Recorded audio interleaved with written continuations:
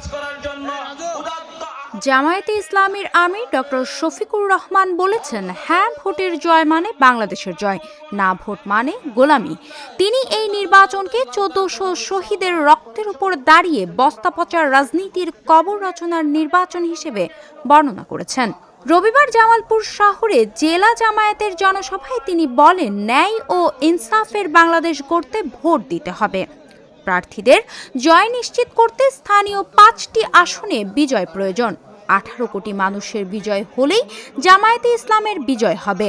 তিনি আরও বলেন, দুর্নীতি ও চাঁদা নেওয়া ক্ষমতার অংশ নয়, ক্ষমতা দায়িত্বের একটি বড় বোঝা।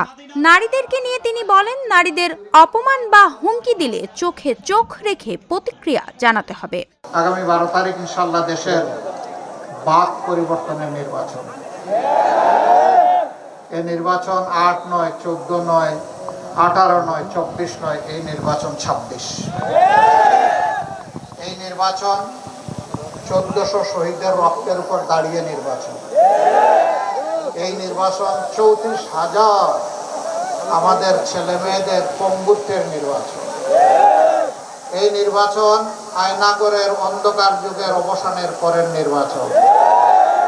এই নির্বাচন জামাতে ইসলামী সহ সকল তৎকালীন বিরোধী রাজনৈতিক নেতৃবৃন্দের দুনিয়া থেকে বিদায় নেওয়ার পর শহীদ পরিবারগুলোর হাহাকারের অবসানের নির্বাচন।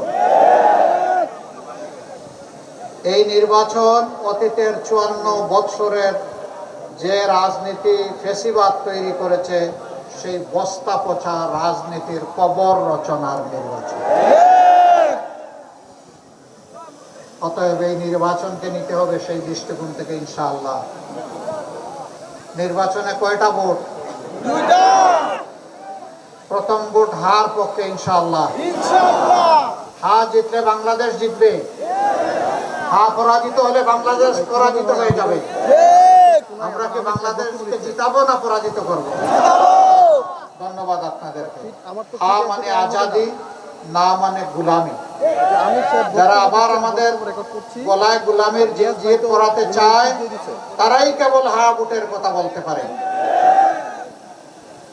না ভোটের কথা বলতে পারে। অনেকে আছে হাও বলে না, নাও বলে না।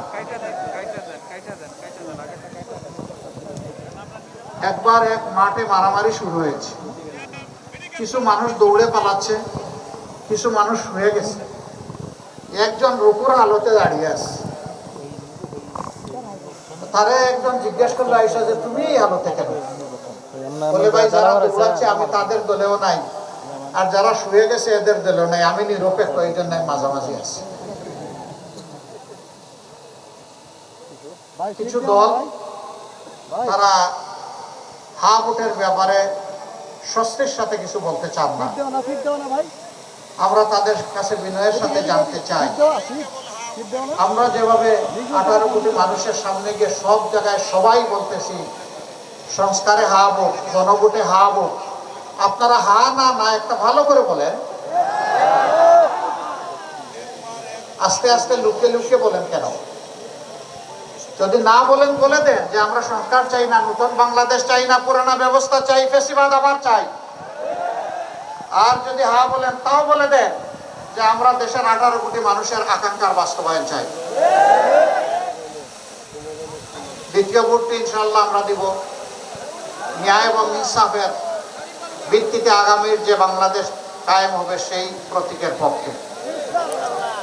এখানে ৫টা আসনের ৫টাতেই দাঁড়িপাল্লার পক্ষ হয়ে ইনশাআল্লাহ ১১ দলের প্রার্থীরা লড়াই করবেন। সারা বাংলাদেশে যাকে যেটা হাতে তুলে দেওয়া হয়েছে ওইটা নিয়ে ইনশাআল্লাহ তারা লড়াই করবেন নিজেকে নেতা বানানোর জন্য, তাই না? না, তারা লড়াই করবেন নিজেকে জনগণের সেবক বানানোর জন্য। আমরা আপনাদেরকে সাক্ষী রেখে পরিষ্কার বলছি, আমরা জামাতে ইসলামের বিজয় চাই না। বলেন আশ্চর্য ব্যাপার, আপনি জামাতে ইসলামের আমির, আপনি আবার জামাতে ইসলামের বিজয় চান না, তো কার বিজয় চান? আমি অবশ্যই বিজয় চাই ১৮ কোটি মানুষের। ১৮ কোটি মানুষের বিজয় হলেই জামাতে ইসলামের বিজয় হবে ইনশাআল্লাহ। ২৪-এর তরুণ তরুণী, যুবক যুবতী তাদের নেতৃত্বে সারা দেশবাসী যে জন্য সংগ্রাম করেছেন, ওই সংগ্রামের ওই দাবি বাস্তবায়ন, ওই স্বপ্ন বাস্তবায়নই হচ্ছে আমাদের অঙ্গীকার।